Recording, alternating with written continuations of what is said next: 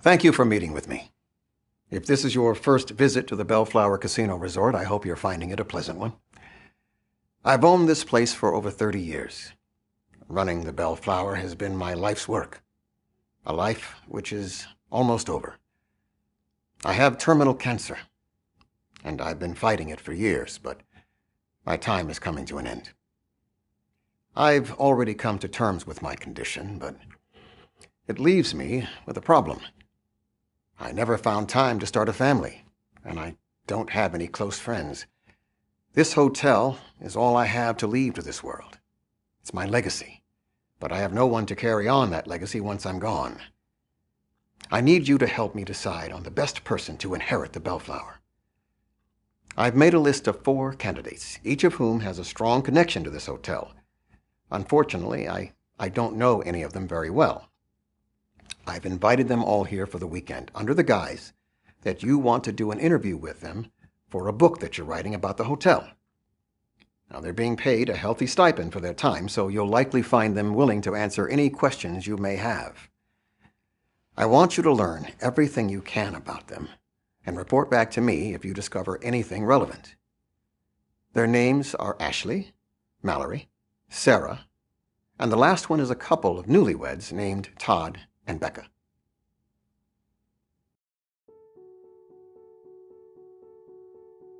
Ashley is a magician. She's been holding her magic show here at the Bellflower since we added a theater during our last renovation. She's been here longer than any employee, and she's as financially tied to this place as anybody, aside from myself. She's a private person, so I don't know much about her personal life. Mallory is the unluckiest person I've ever met. She's also one of the nicest. I've never seen so much tragedy befall such an undeserving person. I unfairly gave her a hard time when we first met, but we get along well now. I gave her a complimentary stay here at the hotel to apologize, and she wouldn't stop talking about how much she loved it here. I think she might even like my hotel more than I do. Like the others on my list, I don't know very much about her.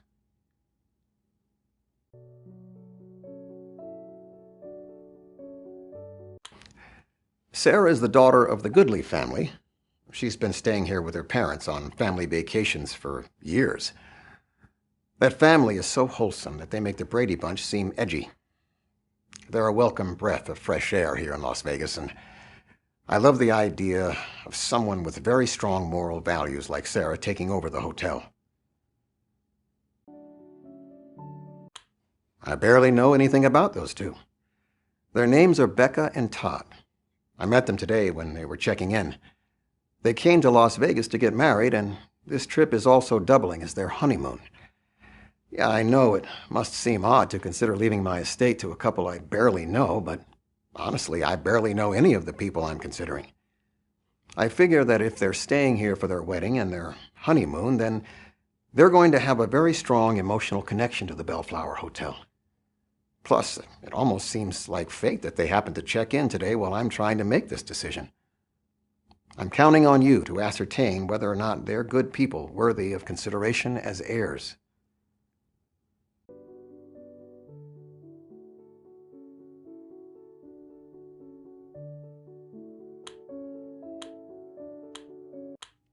I've been performing my magic act here since the last time it was renovated. Huh. Never heard of the place before that. I like it here. I like Mr. Davenport, too. He's very hands-off. I appreciate the fact that he doesn't try to give me input about my show.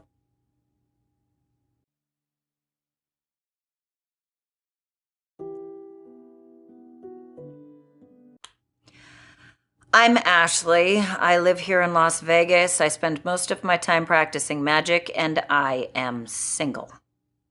What else do you want to know?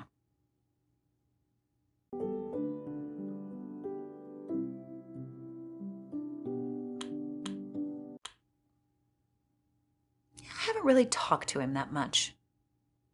We talked a little bit when this place was being renovated. My magic act was becoming popular, and I was looking for a place to take up residency, and he was looking for an act to host in his arena. It worked out great. We've really only spoken a few times since then, usually about business. I guess you could say he's one of my best friends.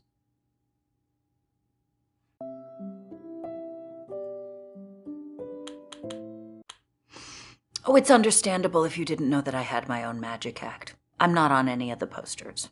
I used to be, but I learned early on that audiences expect a magician to be male. So I hired a male presenting actor as the magician. I started working as the assistant. But ticket sales, foomp, shot way up.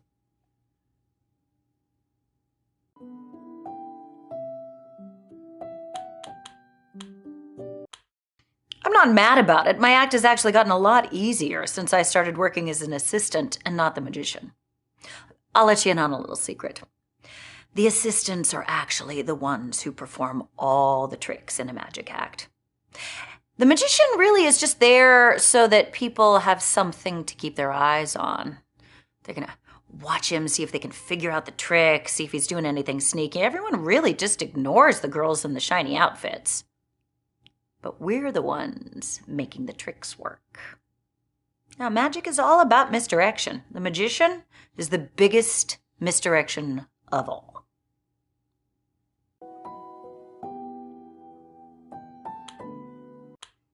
When you're part of a magic show, you spend countless hours practicing. We only perform 4 nights a week, so it would seem like it's an easy schedule, but we spend maybe another 30 hours practicing. More if you're bringing someone new into the show. It's a lot.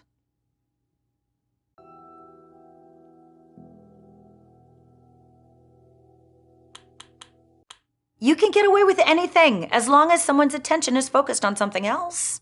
That's the key to all of magic, half of life. Everyone knows it. Nobody cares. Back when I really was an assistant, I worked for a magician, the great Zambini. He based his signature trick on this very thing. See, we were part of a traveling carnival, and our stage was outdoors. At the beginning of the night, the back of the stage, a Zamboni was parked. It was the Zambini Zamboni. And he would tell the audience that at some point during the evening, he was going to make the Zamboni disappear and no one would notice. So about halfway through the evening, we would have this assistant come out that the audience had not yet seen. Her name was Kelly. She was particularly alluring. And the other assistants and I would help her up on top of a platform, and we would begin tying her up with scarves. We'd really take our time about it, make it very erotic, and Kelly would wiggle and pout and make these cute little squeaky gerbil noises. While this was happening, Zambini would pull out his keys and drive the Zamboni off stage. Then he'd run back. We would make Kelly disappear in a fairly standard trick, and when it was done, Zambini would be standing where the Zamboni was with his arms outstretched, like he had just accomplished the most amazing feat in the world. And the audience loved it. They would clap like it was the best thing ever. It was grotesquely sexist, but it worked.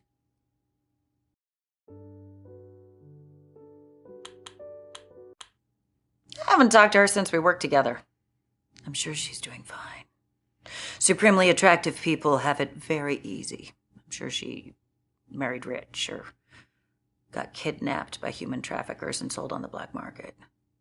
Either way, she's living in a big house with someone else paying all the bills. She's great.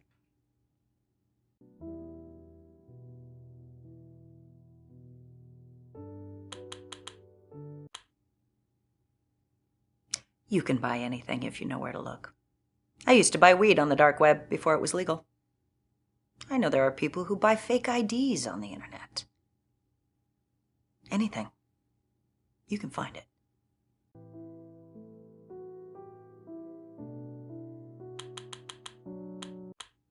Oh, I know weed is legal now, but back before it was, everybody would smoke it anyway.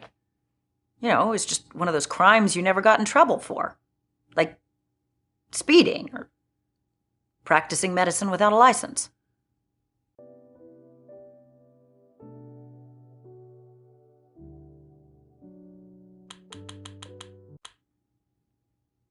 The sale of human organs is a multi-billion-dollar-a-year industry.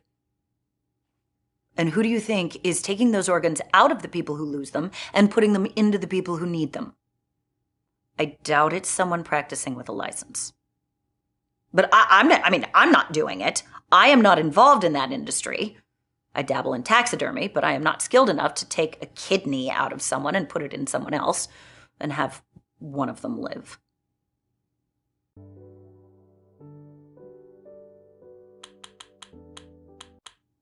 Taxidermy is a hobby of mine. Whenever I find a dead animal, I take it home and I stuff it. And then I save them, and when I have enough of them collected, I take them to dying children in the children's hospital. Because children love stuffed animals.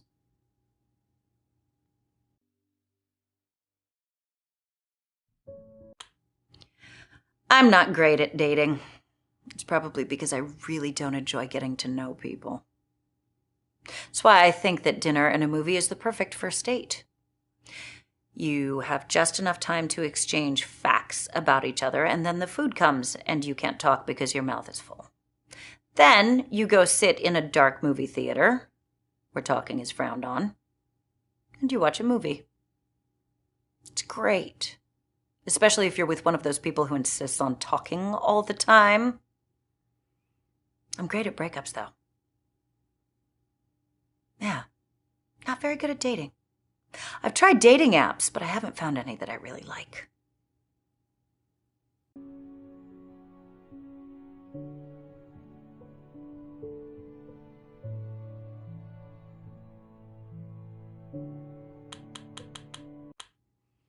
When you're starting out in this industry, you will take anything you can get. It was rough. I was on the road for 6 months. Before that, I was an assistant to a comedy magician. That was even worse. I'd still take that over any normal job. Oh, comedy magicians. Awful. None of it's real magic. It's all just jokes. I don't have any jokes in my act. Well, I have one, but I don't do it every night. I just save it for when I have a heckler.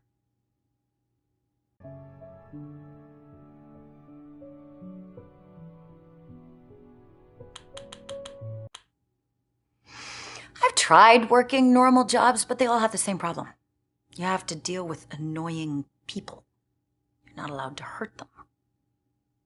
I worked in a call center once. That wasn't too bad. You couldn't touch the people to hurt them, but we were given scripts, which I'm sure were designed to emotionally torture whoever we talked to. The sadists that wrote them were really good at their jobs, too. Yeah. Oh, and there was this computer system they had to navigate before they were ever even allowed to connect with us. Did a great job of wearing down their will to live. By the time they got to us, they're hanging on by a thread. Yeah, that was nice.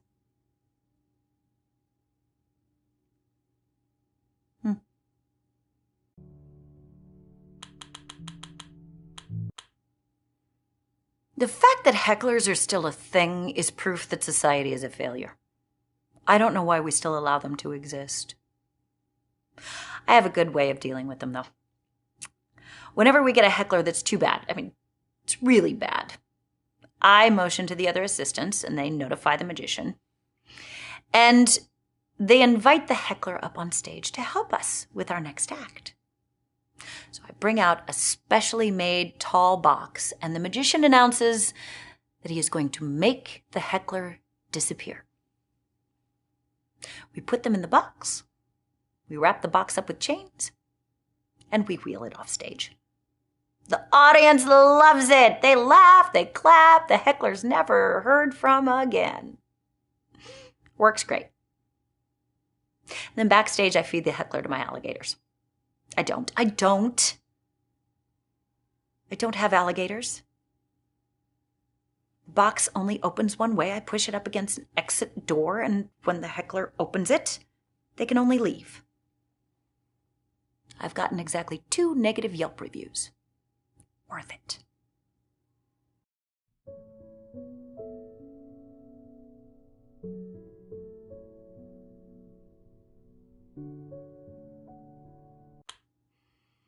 There are people who talk all the time even when they have nothing to say. If you have nothing to say besides hello or hi, why talk? I really don't enjoy misguided politeness.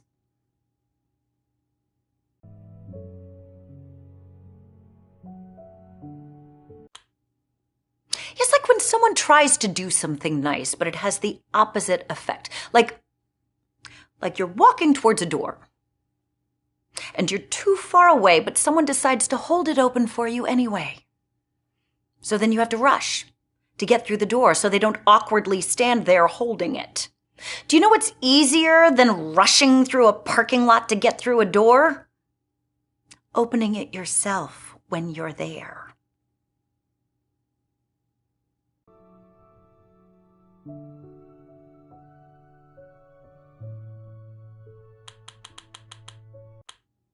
They say human trafficking is a $150 billion a year industry, and I want to know how they know that. Are human traffickers reporting income tax, or are they just making up numbers?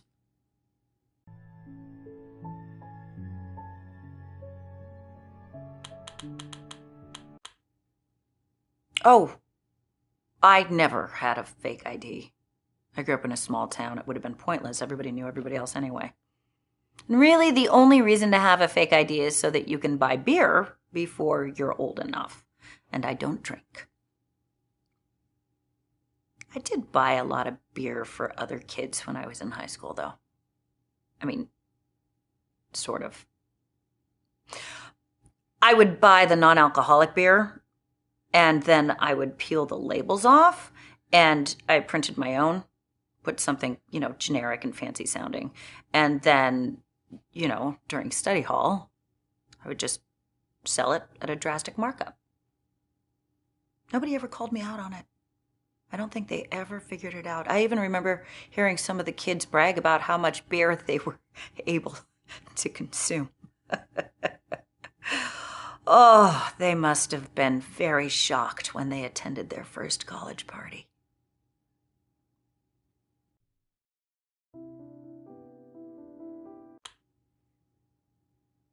I don't particularly like any of the dating apps out there right now. They're all designed to let you chat with the person before you meet them. If you chat with the person before you meet them, then you find out how horrible they are and you don't want to meet them. Then you don't even get the social rewards of having gone on a date. You know what I want? I want a dating app where you don't ever have to go on a date. Where when you match with a likely candidate, the app takes the photos that you have each submitted and places them in a likely dating scenario. Then it returns the photo to you. You can put that photo on your social media platforms, and it looks like you've been on a date. And you've never had to go on a date. Everybody wins.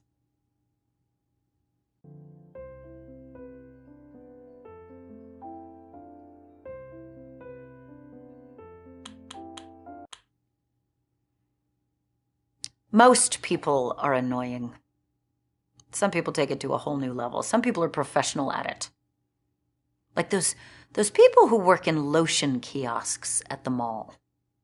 They know their product isn't any good. If it were any good, they would sell it in a store. But no, they're at a kiosk, harassing people who walk past until someone is so guilty that they can't just ignore them, and they stop. And then the lotion people start putting lotion on this poor chump. And it's awkward. And the person can't get away. And they massage them. And it's awkward. And the person can't get away. Until this poor slob buys something that is unnecessary and overpriced just to make it stop. Whenever I see those people, and they've got someone in their clutches, I just walk up and I say, it puts the lotion on its skin or else it gets the hose again. They never seem to know how to respond to that.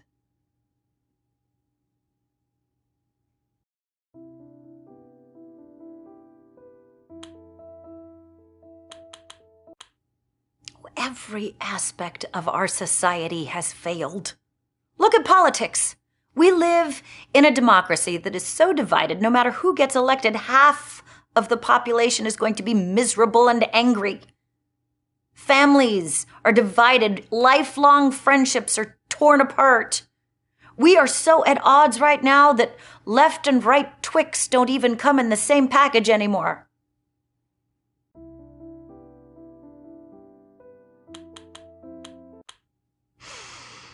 I think everyone should have hobbies. I like taxidermy and sensory deprivation. I made my own sensory deprivation tank once. I like to lie in it and be alone with my thought. It's very peaceful in there. I slept in it once. It's like sleeping in a coffin.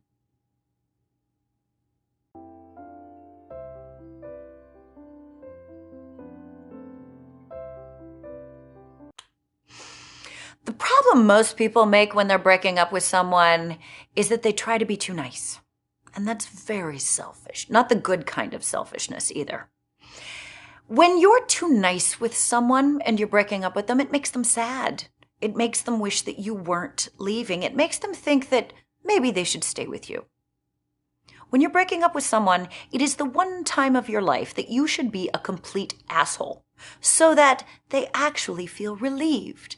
They feel like a burden has been lifted. Yeah, you should always be an asshole when you're breaking up with someone. That's why I'm very good at it.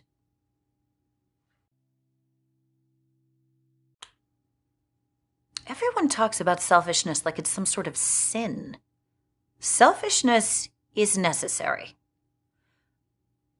Everyone wants good-paying jobs. Want them to be in our country and not another country. That's selfish. Everyone wants those good-paying jobs to be in our city, not another city. That's selfish. I want those good-paying jobs to be mine, not someone else's. That's selfish. Selfishness is necessary for us to survive.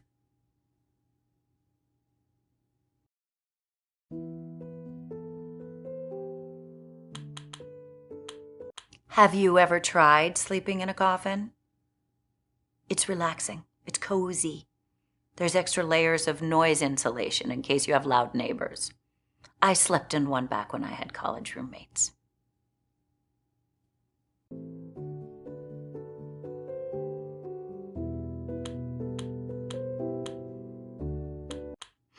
I like to visit kids in the cancer ward. Yeah, I ask them to draw me a picture, and then I trade them for one of the stuffed animals. It makes them feel better to barter. No one wants to be pitied, just given stuff. Even kids dying of cancer. I save all the pictures they give me.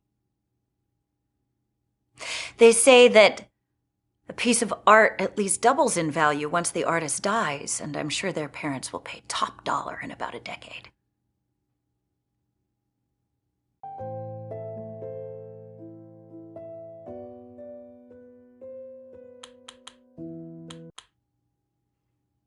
Oh, I didn't actually go to college, but I lived in student housing after high school. See, you don't actually have to be a student to live there. I hated having roommates, but it's all I could afford. I bought my own place as soon as I could, but they kicked me out.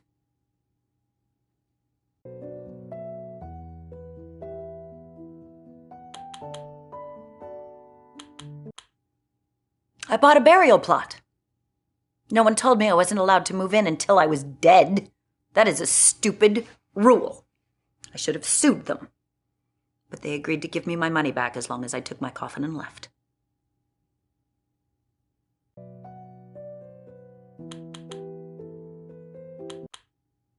High school is awful.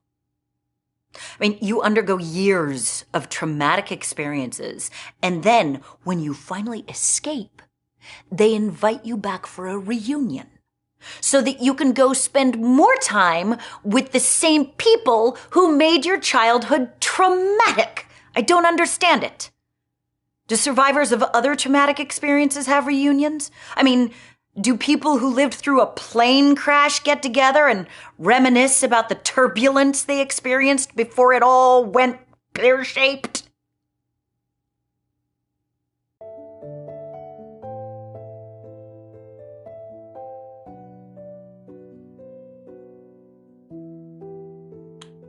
Oh, we promote it like it's his show, but he's essentially worthless. He doesn't do much of anything. I've actually replaced the actor that's played the magician 3 times. Audiences never noticed. They're fine as long as there's someone on stage who looks like they expect a magician to look. Usually with a goatee. For some reason, a goatee is mandatory.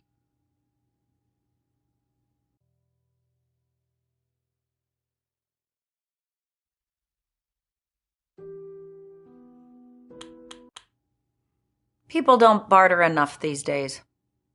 They don't haggle enough either. For instance, if someone has a poster for a lost pet and they offer a $100 reward, now in my experience, most people would just take the $100 and be happy. I try to haggle a little. I'll go for at least $150. I mean, no one posts their best offer on a flyer that's going on a telephone pole.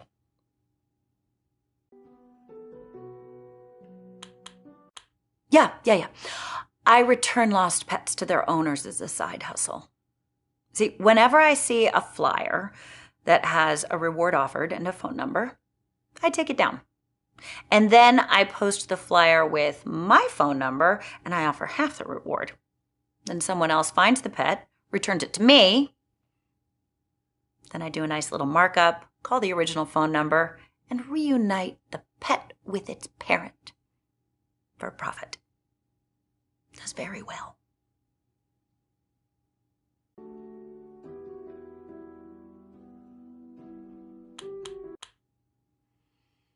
I don't understand reunions or nostalgia in general. People cling to the past like it was the best part of their lives. But do you know what most people spent most of the past doing? Waiting for the future to come so their miserable lives would improve. Really makes no sense to me. I don't live in the past. I look to the future. I am so ready to be in the future. The second my contract is up, I am out of here. I am retiring to someplace very far away with very few people, and I am never going to think about Las Vegas again. Can't wait for that. Yeah, I want to see what the future holds, because I'm done here.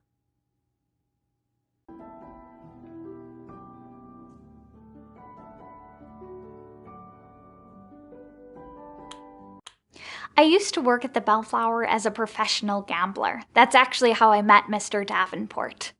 His security guards thought that I was cheating, actually, so they brought me in for hours and hours of questioning. Thankfully, they looked through the security footage and saw that I was not cheating. They could have just kicked me out, but Mr. Davenport was so kind, and he actually put me in a room for a full week to make up for the trouble that had been caused. This is the nicest hotel I've ever been in.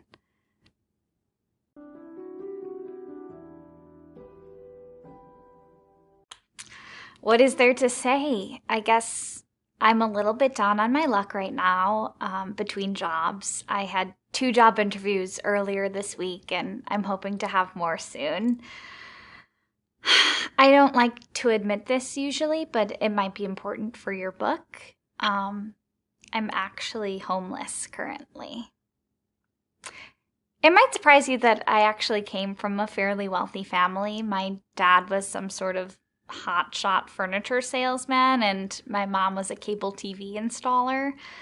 We actually owned our own house. It was double wide. But yeah, I guess I always thought I'd be a big success like my parents, and I guess it's just all right that they're not around anymore so that they don't have to see what my life has turned into. You know, I didn't exactly meet their high expectations.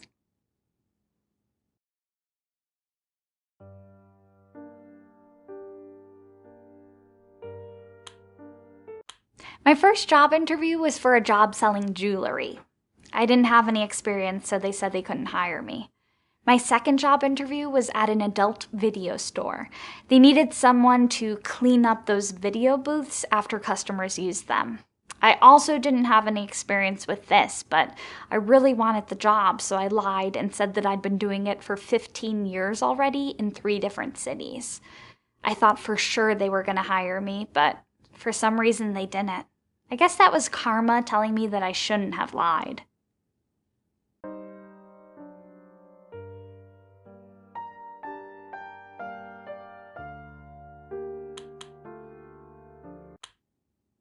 Oh, that was the wildest thing. I actually ended up here in Vegas by accident, but while I was here, I figured I might as well try gambling. It turned out I was extremely bad at it, though, and I actually caught the eye of a wealthy man who asked me to be a professional gambler for him. So he would give me money to play craps, and then he would bet on me losing. And we actually made a great team, and he made a ton of money off me. But the casinos started noticing what was happening, and they started kicking us out. Mr. Davenport was the only one who was really nice about it, though.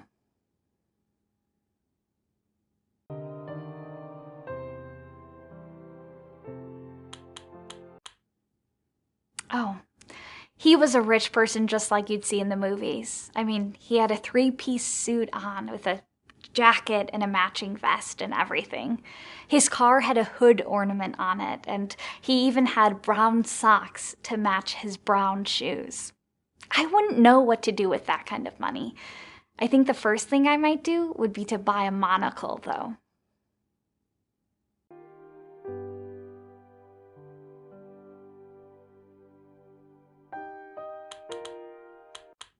Well, I didn't mean to end up here, but I was on a bus on my way to Denver, and the bus stopped here, and I got off to use the bathroom, but I guess I took too long because when I came back out, the bus was gone, and it also had my luggage on it, so when I got here, all I had was the clothes on my back. But I'm glad it happened because I had a really good time here.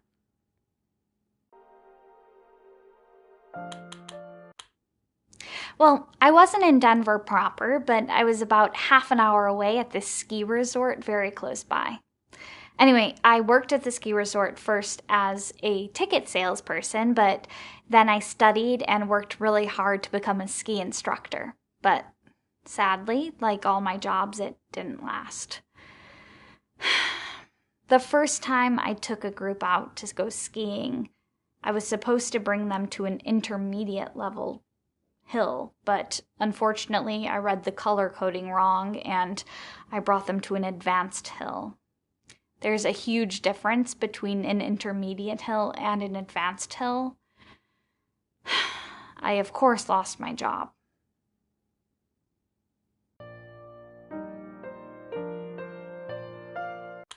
Oh, I've been an orphan almost my entire life. Yeah, my parents died in a fishing accident when I was really little.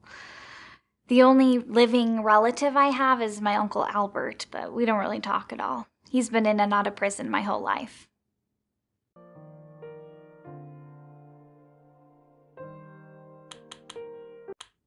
I've wanted a monocle my whole life. I've had really bad vision in one of my eyes since I was a little girl.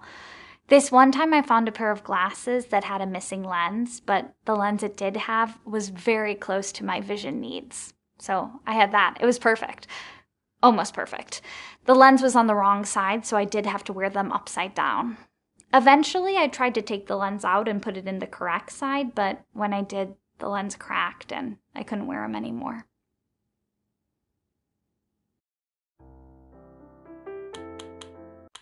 Oh, I've done it all. I've delivered pizzas, I had an ice cream truck, I worked in a pet shop, I even worked on a cruise ship. I've had some truly wonderful jobs, but sadly nothing ever worked out.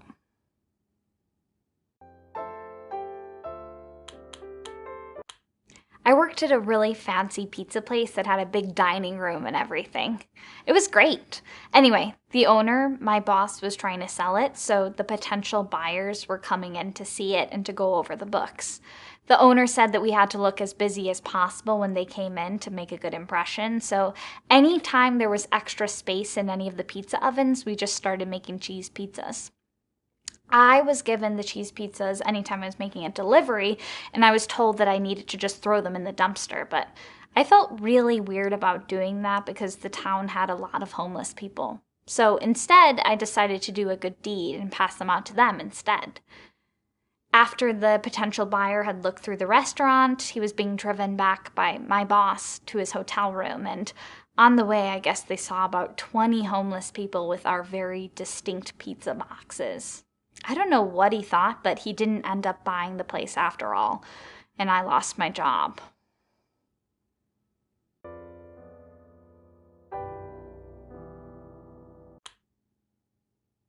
My Uncle Albert? Oh, he goes back to prison all the time. He's actually serving a life sentence, but he keeps escaping. I don't know how he keeps getting out, but the guards catch him and put him right back in. Albert is from the dark side of my family. We didn't like to associate with them very much growing up. We were always a little bit ashamed to be related to Albert's side of the family, to be honest. I mean, I know that I'm not some great success or anything like that, but at least I'm trying to better myself. Albert's mom was a lawyer, and his dad was a member of Congress for over a decade. It's like they didn't even try to have honest jobs. I got a job at a pet shop, but I only worked there a few weeks before I got fired, unfortunately. Before I worked there, I really didn't know anything about animals, so I did learn a lot on the job, thankfully. Anyway, my boss would have me open up, and then he'd come in a couple hours later, around noon. And one day, we got a hamster delivery, 2 hamsters, and my boss had left a note saying, "Put them in a fish tank." The thing is, my boss didn't specify it was supposed to be an empty fish tank, so I put them in a fish tank that had fish and water in it. It also had a lid on the top.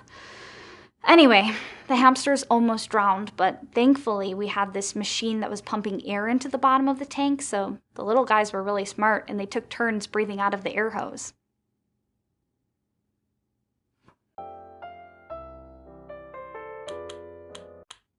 That was the most amazing job I've ever had. It was also the shortest. Unfortunately, the first time that we went out, we actually hit an iceberg and sank like the Titanic. Some of the lifeboats got destroyed, but most people were able to get on one. The rest of us had to survive by climbing onto the iceberg.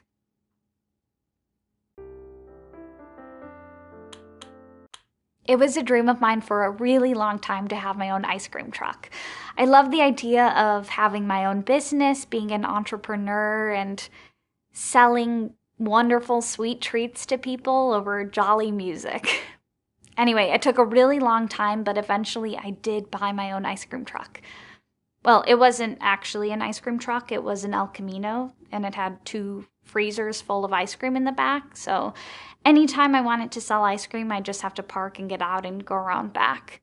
It was great, and I'd still be doing it if I hadn't lost my license.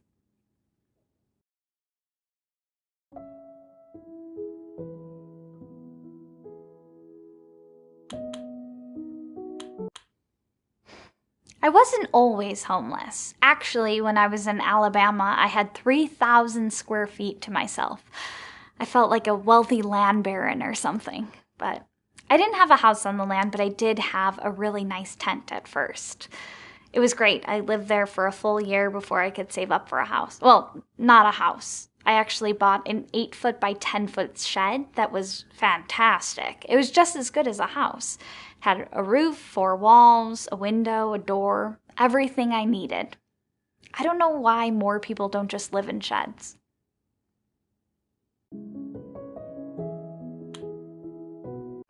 That was the nicest place I ever lived.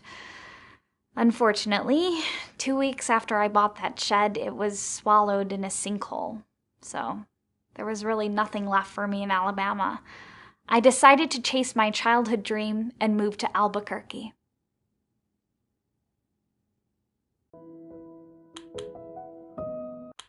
I wasn't just selling ice cream out of my El Camino, I was also living in it.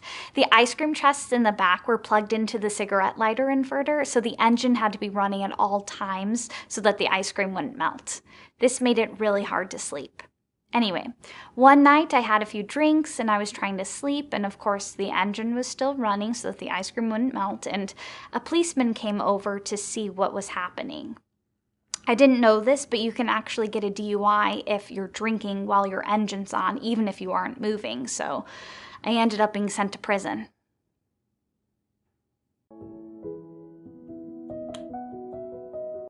Ever since I was a little girl, I wanted to move to a big city. You know, one of those places that musicians write songs about? A place like Albuquerque. When I finally moved to Albuquerque, it exceeded my expectations. All the glitz, all the glamour, it was incredible. And the best part was the people were really nice. It was great. I'd probably still be there today if it weren't for the puppy incident.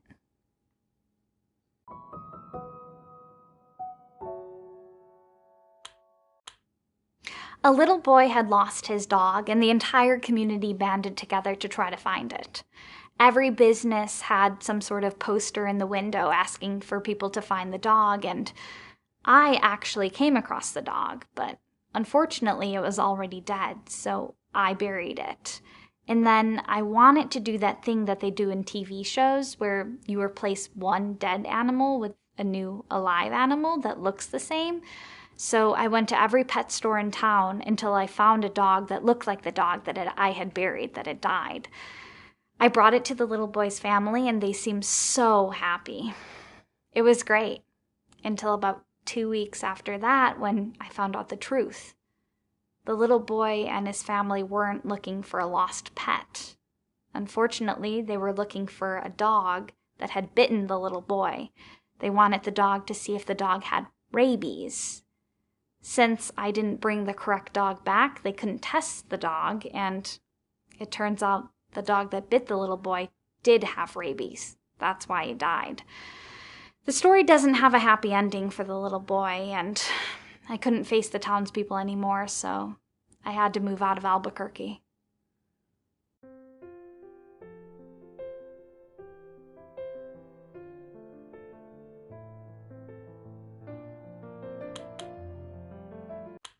After the ship sank, there were over 80 of us stranded on the iceberg, and we had no way to call for help, no food, no water.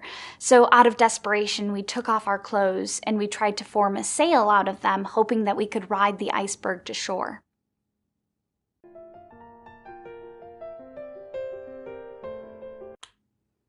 My parents used to take me fishing on the southern coast of Alabama. I don't think we were supposed to be fishing at the spot they found, but there was never anybody around to tell us to leave, so we did it anyway. It was really nice, and almost like a real vacation. Anyway, we didn't have a real boat. We had just 3 of those floating pool chairs that we'd paddle out and just sit there and fish. It was really relaxing.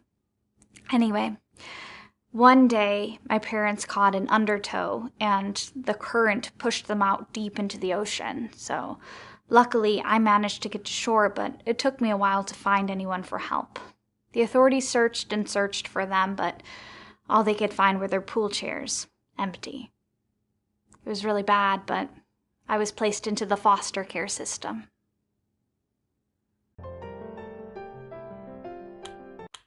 I actually got really lucky with my prison sentence. I was sentenced to 3 months in prison, but they let me out after 2.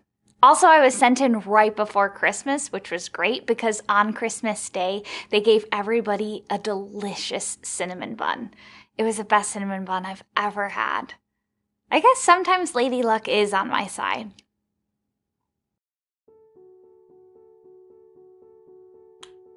The sail we made out of our clothes didn't end up working, and it didn't move the iceberg at all. Actually, after an hour, it just blew away in the wind anyway, so we were just left there half naked and freezing.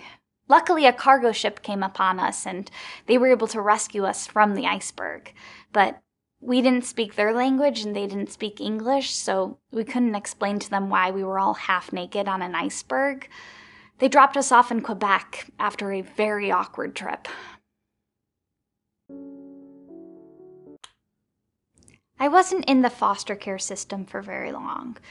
When I was 9, I was placed with a foster family, but unfortunately, my foster parents died the first night that I was with them. A burglar broke in and murdered them. My foster mom was able to call the police, but by the time they arrived, they were already dead. And the police couldn't find the burglar anywhere. The prosecutor on the case assumed that I had murdered my foster parents and even accused me of killing my birth parents. So he got the judge to sign off that I was going to be tried as an adult instead of a child, even though I was only 9. Luckily, they did find the real killer, and it turns out he was just really good at hiding, and he was in a crawl space under the house. So, unfortunately, due to this legal loophole that in Alabama, I was now considered legally an adult, so I was out of the foster care system, and I had to find a job. So I worked in a coal mine. It wasn't the work I wanted to be doing, but it paid something. And then when I was 18, I moved out of Alabama.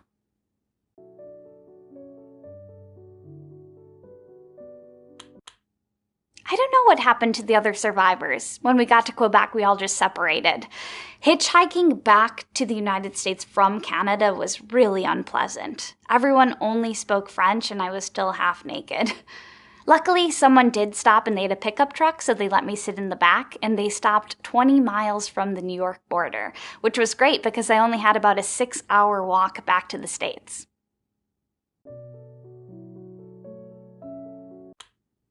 I didn't have much money saved up, so I had to hop onto a train like they do in the movies. Only it wasn't exactly like how they do it in the movies because there were no big empty cars with those open sides that you could just hop right onto. The best I could find was a small platform that stuck out from the train a couple of inches. I was able to put my feet on that, and then there was a handle that I could cling to. I figured that I could just stay like that for an hour and then I'd be across state lines, but unfortunately, the train picked up a lot of speed and I was stuck clinging onto the train up until Detroit.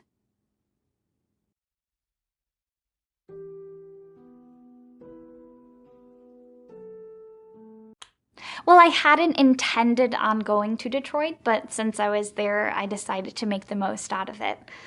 I got a job as the mascot at a children's restaurant. It was kind of a cheap ripoff of Chuck E. Cheese.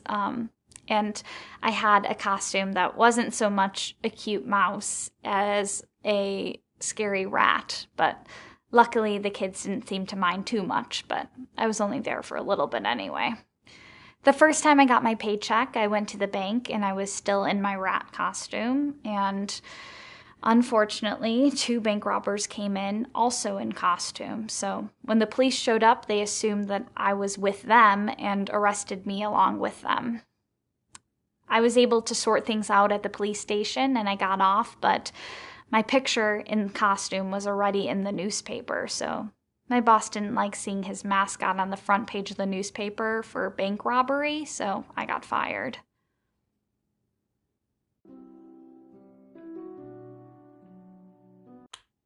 I know they say you shouldn't hitchhike because it's dangerous, but the thing is, I've had a lot of luck hitchhiking over the years. The first time that I hitchhiked, I was going from Detroit to Albuquerque, and these 3 really nice dudes in a hippie van picked me up. It turns out they were a traveling folk band, and they taught me how to drive so that I could drive down the highway while they were practicing in the back. It took a really long time to get to Albuquerque because they kept having to stop for shows, and we did have to camp in their van every night, but it was still great. You know, I've met my fair share of famous people over the year, but this was really cool because they were real musicians and we got to get pretty close. Also, by the time we got to Albuquerque, I was so good at driving that I passed my driver's test the first time. I met Orville Redenbacher at the airport once.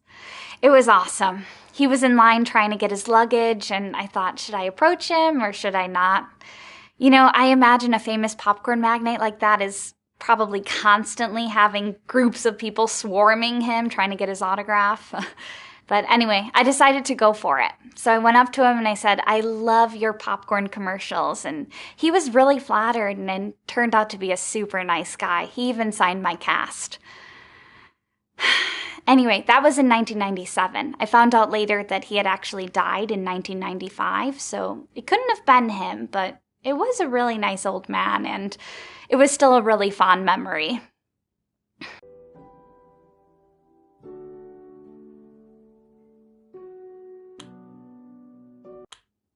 I broke my arm at the zoo. You know those signs that warn you not to feed the animals?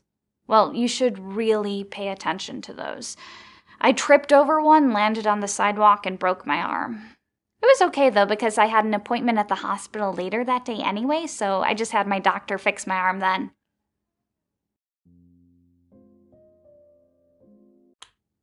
Oh, I wasn't at the airport to catch a flight.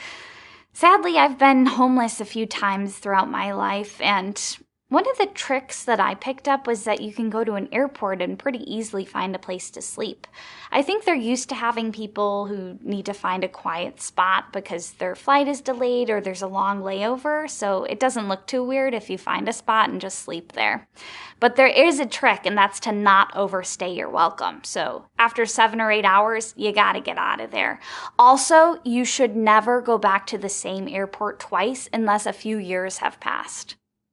You know, I found a few creative places to sleep over the years. You just gotta know the tricks.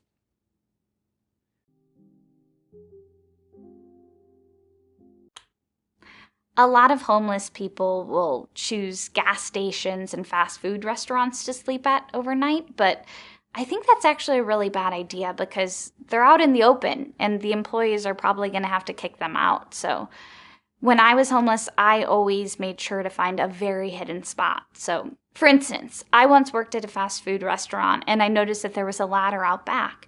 So I climbed it and there was a beautiful roof that I could sleep in.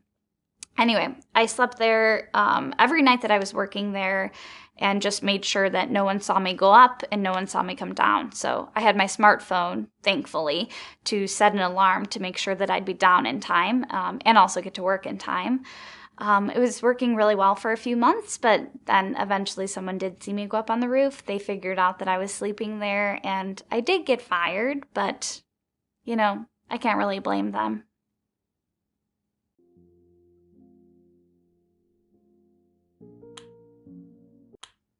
Oh, I've been to the hospital a lot. I tend to get hurt pretty easily. You know, I've had so many x-rays and MRIs. I'm surprised I don't have superpowers.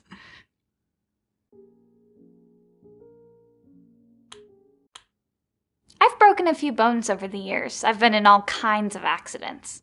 A hunting accident, a skydiving accident, normal stuff like that. I always thought that smartphones were such a waste of money, but honestly, once someone told me about the food delivery services and how much money you can make doing those, I had to get one. And I'm glad I did. It worked really well for a few days when I had my car, but sadly, all those miles really wore it out, and I had to bring it into the shop, and I just couldn't afford the repairs. So I ended up just getting a bus pass, and that was how I was making my food delivery runs. Didn't work quite as well. Actually, sometimes I would have to transfer to multiple buses, so it ended up taking like an hour to deliver something. Eventually, I just kind of stopped doing it. I wasn't making any money.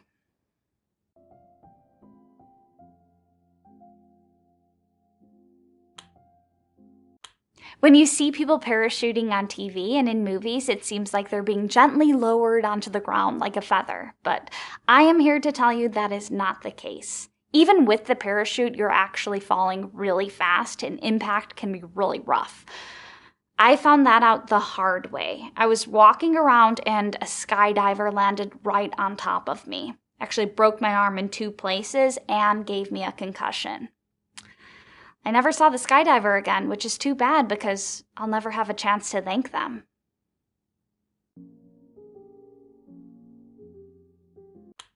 I broke my leg hunting. I was sitting in a tree with my friend and we had a few drinks and she told a really funny joke. Anyway, I was laughing so hard that I lost my balance and I actually fell out of the tree right on an 8-point buck. They still gave me credit for the kill.